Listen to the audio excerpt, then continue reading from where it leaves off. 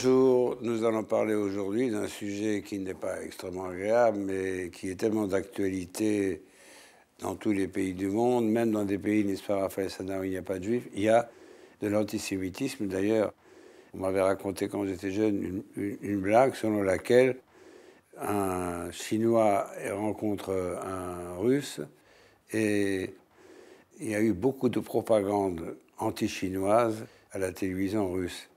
Et donc, le Russe aperçoit le Chinois alors qu'il a eu un vrai lavage de cerveau contre le danger chinois, le péril jaune, et il donne au Chinois une paire de gifles en disant « Tiens, voilà pour toi, sale juif ». Donc, on peut dire que, j'allais dire, les juifs sont souvent des têtes de Turcs, même lorsqu'il n'y a pas de raison particulière pour être antisémite. Alors, donc, l'antisémitisme est un mal très répandu, et donc, il y a même effectivement de l'antisémitisme sans juif. Vous êtes intéressé à la racine de l'antisémitisme. Alors oui, c'est tout à fait intéressant de voir que d'abord la Torah, le Talmud, les Midrashim parlent de l'antisémitisme.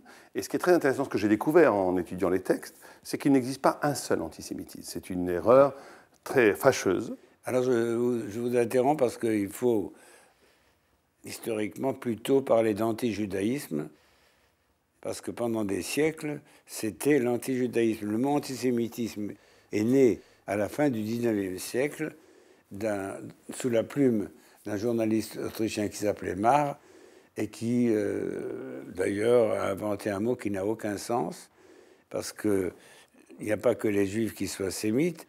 Quand on est antisémite, on est aussi anti-arabe.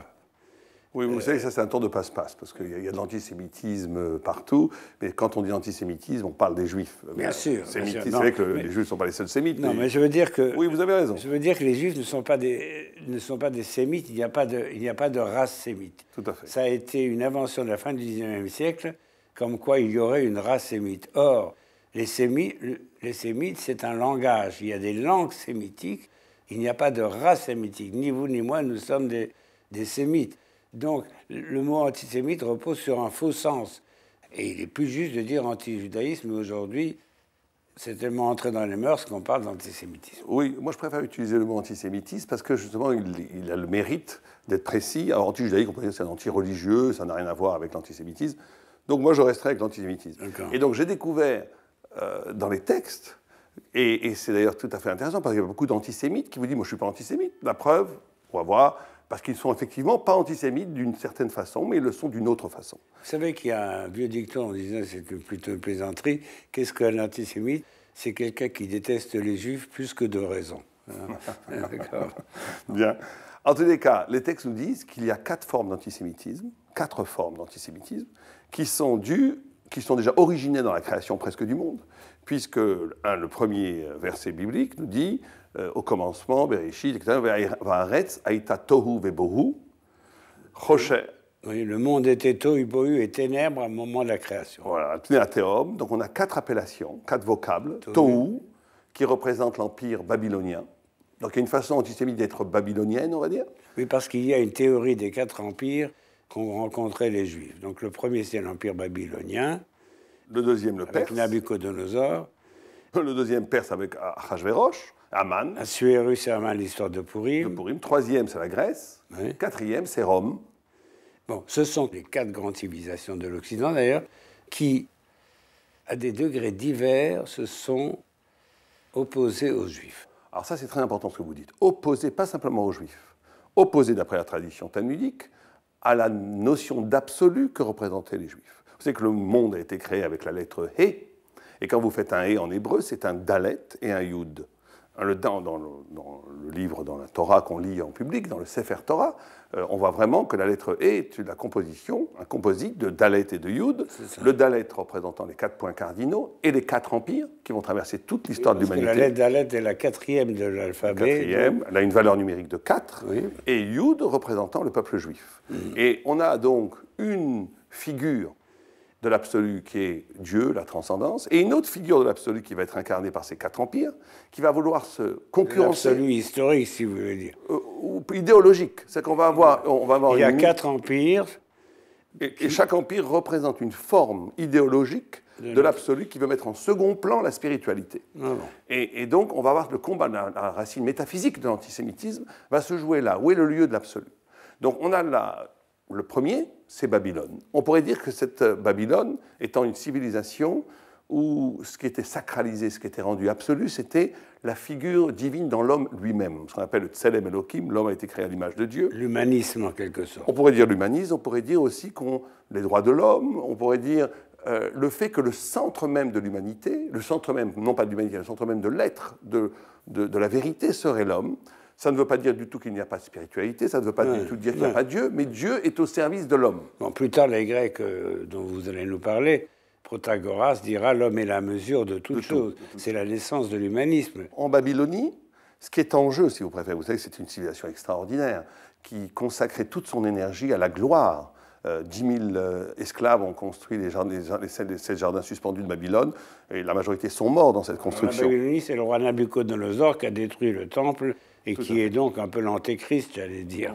Si vous voulez, l'antidivin, je dirais. Ouais. Donc, et là, on a effectivement une forme d'antisémitisme qui est peut-être la forme la moins horrible, la plus noble, si on peut employer ce mot-là, c'est il voit dans le juif un danger pour l'identité nationale. Ça veut dire qu'on a une forme d'antisémitisme qui n'est pas forcément violent, qui n'est pas forcément destructeur, qui n'est pas sanguinaire, mais qui voit dans la figure du juif une sorte de figure universelle qui met en péril la gloire nationale ou la gloire du pays dans lequel on est. Ah oui, ce serait donc un conflit entre l'universalisme juif et le particularisme de chaque nation. Et c'est pourquoi Nabucodonosor, le fameux Nabucco de Verdi, va détruire le temple de Jérusalem. Tout à fait. Ce qui est insupportable. C'est la première forme d'antisémitisme. La première forme d'antisémitisme, ce qui est insupportable, c'est que le juif, on le soupçonne tout le temps de ne pas être vraiment patriote, on le soupçonne d'amener du métissage culturel, s'il prend la figure du grand banquier international, ou bien du marxisme qui veut uniformiser les cultures et les nations, on le soupçonne d'être un vecteur de destruction d'identité nationale.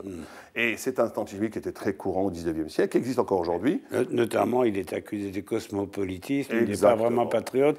Alors quand on pense, je vois dans chaque synagogue, il y a souvent à l'extérieur, il y a des monuments aux morts avec tous les juifs qui sont morts en 14, 18, en 39, 45. Quand on pense que les juifs étaient tellement, et sont tellement patriotes, et vous savez qu'ils ont quitté l'Alsace lorsque l'Alsace a été occupée par les Allemands. Donc c'est absolument délirant de penser que... C'est délirant, mais il y a une base métaphysique à la chose, dans la mesure où, effectivement, le juif porte en lui un message universel qui transcende les frontières nationales. Alors ça, c'est le premier empire avec ce premier antisémitisme. Le juif est cosmopolite, disons, on ne peut pas lui faire confiance. D'ailleurs, ensuite, il y a à peu près la même chose dans le Second Empire perse. Alors, juste avant le Second Empire perse, c'est aussi l'accusation des réseaux. Très souvent, on voit le juif, la franc-maçonnerie, ils sont en réseau, ils sont solidaires entre eux, ils ne sont pas exactement avec nous, ils ont leur propre économie, ils sont entre eux. Et c'est un antisémitisme qui se nourrit du fantasme d'une sorte de double appartenance. Le juif appartient doublement, il appartient effectivement à la nation, mais de façon prioritaire au peuple juif qui est mondial et qui est un danger pour la nation. C'est le premier. Le deuxième, qui est le perse, qui lui est beaucoup plus dangereux, puisque vous savez que l'Empire perse représentait l'absolu corporel. On voit dans l'histoire de Purim... Et même dans les 4 bêtes, il est représenté par l'ours, qui se lèche les babines. C'est la gourmandise et c'est le matérialisme. Oui, tout à fait. Sa forme la plus, on peut dire, triviale. Triviale, mais vous avez raison de rappeler que ces 4 empires qui sont signifiés dans le début de la Genèse sont rêvés dans le rêve de Daniel et aussi dans le rêve de Nabucodonosor, aussi. Comme Babel, c'est l'aigle très haut, c'est la hauteur poétique de l'homme. La Perse, c'est l'ours. C'est Tohu, d'ailleurs, aussi si on reprend l'expression, les vocables bibliques. Tohu, c'est l'étonnement devant la grandeur humaine babylonienne. Bohu, c'est la confusion corporelle. La Perse, c'est la gourmandise, c'est-à-dire le fait d'avaler les choses, c'est l'ours, il est très gourmand. On peut dire qu'aujourd'hui, d'une certaine manière, par exemple, la Russie pourrait avoir quelques affinités avec la Perse dans le désir de manger d'autres territoires. Ça, je ne rentre pas dans la politique, je ne sais pas.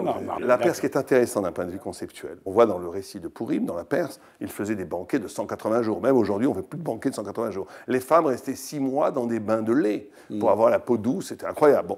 Donc on est dans une civilisation qui rend l'absolu le corps. Or, le corps dans le Talmud, ce n'est pas simplement le plaisir physique. Et puis l'histoire de Purim commence aussi par un énorme banquet de 50 banquet. Donc on voit que c'est un pays de luxe, de luxure.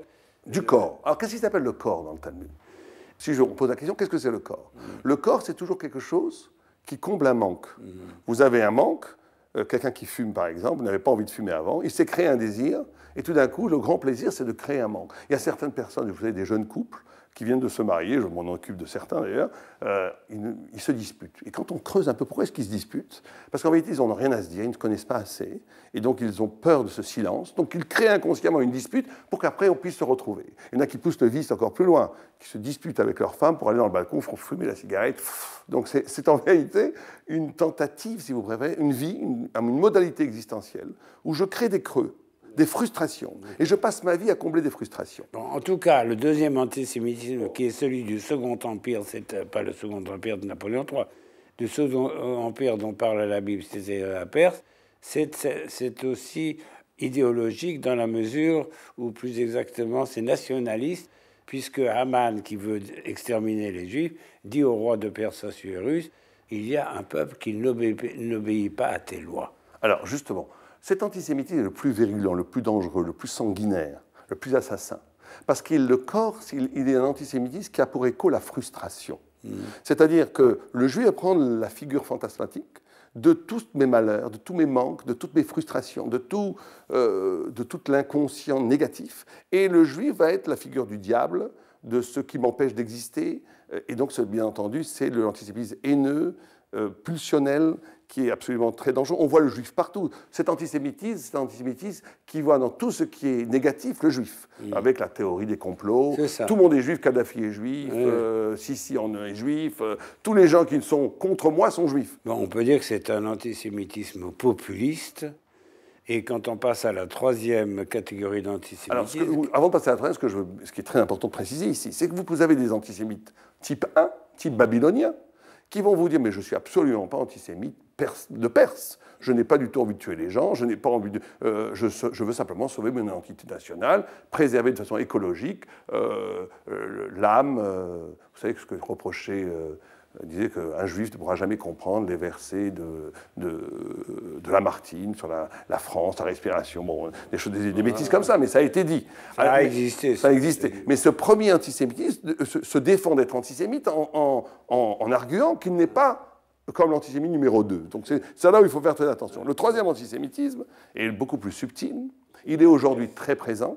C'est l'antisémitisme grec, qui lui est une forme d'universel conceptuel, non plus de l'identité nationale, c'est un universel absolu intellectuel, qui ne reproche rien aux juifs, qui peut avoir des meilleurs copains juifs, mais qui ne supporte pas le prédicat juif, le fait que quelqu'un se présente comme juif. C'est l'antisémite qui dit « moi, j'ai rien contre les juifs en tant que personne, mais il n'y a pas de juifs, il n'y a pas de musulmans, il n'y a pas d'arabes, il n'y a rien, il y a des hommes. » Comme disait saint Paul, il n'y a plus ni juifs ni païens. Ouais, exactement. Or, ce qui est intéressant dans cet antisémitisme, c'est que cet antisémitisme... C'est-à-dire, vous avez le droit d'exister, mais cessez d'être juif. Exactement. Cessez de nous amener cette histoire de juif. Ce qui ne sera pas le cas du nazisme. Le nazisme dit vous allez cesser d'être juif parce que vous allez cesser d'exister.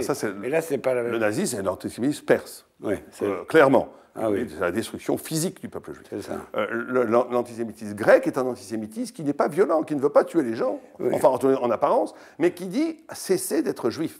Or, ce qui est très intéressant, c'est que le même bonhomme qui a cette revendication universelle et de vouloir abolir les particularismes, la particularité du peuple juif, n'auront rien contre un folklore breton, n'auront rien contre un folklore auvergnat.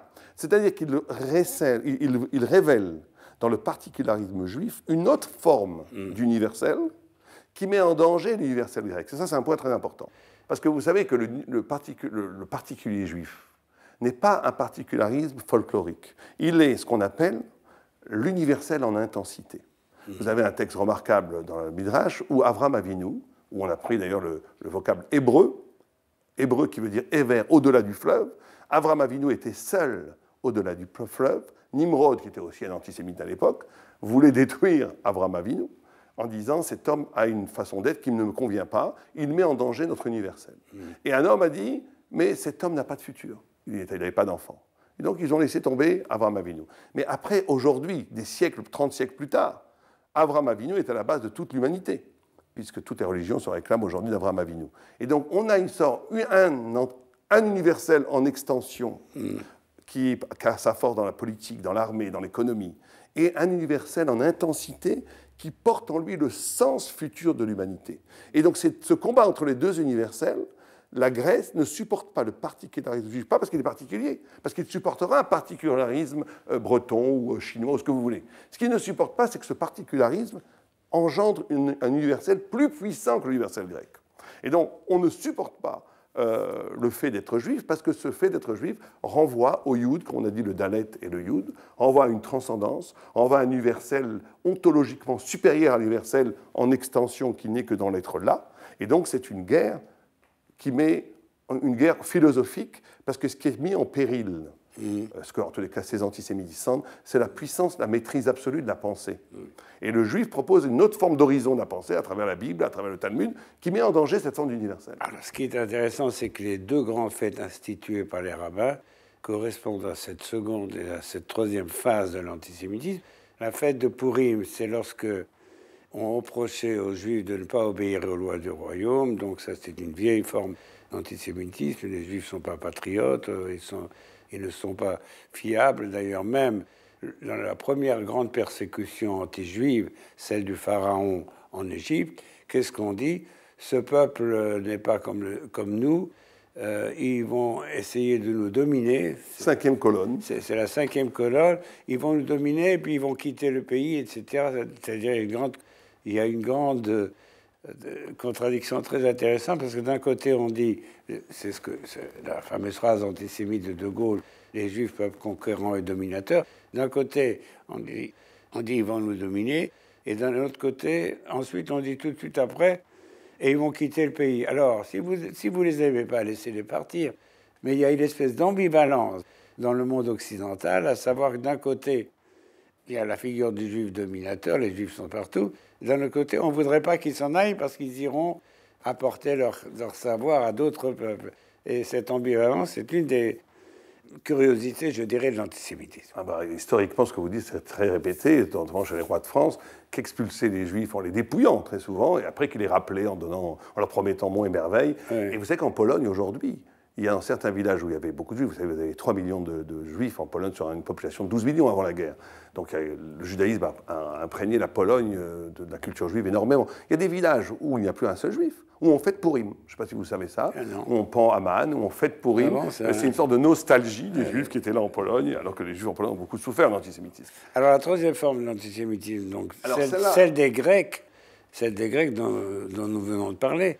En fait, c'est un antisémitisme idéologique. L'idée, pour un peuple de philosophes, n'est-ce pas, l'idée qu'il y a un Dieu et une loi particulière, et un peuple élu, etc., était un peu insupportable. Et c'est, au fond, un conflit entre l'universalisme grec, puisque tous les hommes sont égaux, ce qui compte, c'est la raison, c'est le culte de la raison. Et par conséquent, à partir du moment où on a le culte de la raison, qu'on soit français, italien ou allemand, ça n'a aucune importance. Donc, c'était aussi un conflit entre cet universalisme et l'élection du peuple juif que les Grecs n'acceptaient pas. C'est pour ça que nous célébrons pendant la fête de Hanouka la victoire de Judas Maccabée sur les troupes grecques. Et qu'est-ce que les Grecs avaient fait? Ils avaient profané le temple de Jérusalem. Ils avaient rendu impures toutes les huiles. C'est ce qui servait à allumer le candélabre du temple. Donc, ils ont voulu éteindre la lumière juive. Ça, c'est très intéressant. D'autant plus que la civilisation grecque, au fond, c'est le siècle des Lumières. Eh bien, il y avait une lumière qui dérangeait la lumière grecque. Tout à fait. Alors, la thématique des ténèbres et des lumières, vous savez, qu'est-ce qui est ténèbres, qu'est-ce qui est lumière? Oui. C'est ce jeu dans Hanouka. Effectivement, vous savez que Sion, le mont Sion, est un nom hébraïque, signifié en hébreu, a pour racine étymologique Sion, et l'etsayen, en hébreu, ça veut dire la signifiance. Distinguer aussi. Distinguer toute signifiance distingue. C'est-à-dire qu'on avait dans le mont du Temple, dans le mont Sion, oui, la signification d'un horizon de la vérité qui dépassait le monde, qui était la transcendance, la divinité, la vérité. Or, ce que veut gommer la Grèce, en mettant une idole dans le Saint des Saints, c'est justement gommer la révélation, pour articuler l'universel à partir du monde d'en bas et de gommer totalement l'éruption du monde d'en haut. Et donc ce Yud et ce Dalet, le peuple juif étant le reflet de Dieu sur terre, c'est pour ça qu'il est comparé à la lune, parce que la lune est le reflet du soleil sur terre. Donc le peuple juif n'est peuple juif que quand il reflète la lumière divine sur terre. Et je répète toujours qu'être juif, c'est de combattre l'idolâtrie. On peut universaliser le concept. Très intéressant, parce que le peuple juif est souvent identifié à la lune. D'abord, le calendrier juif est un calendrier lunaire. Pourquoi? Le Talmud dit que la lune n'a pas de lumière propre. Elle reçoit sa lumière du soleil. De même, le peuple juif n'a pas de lumière propre. Ce qui l'éclaire, c'est son rapport à Dieu.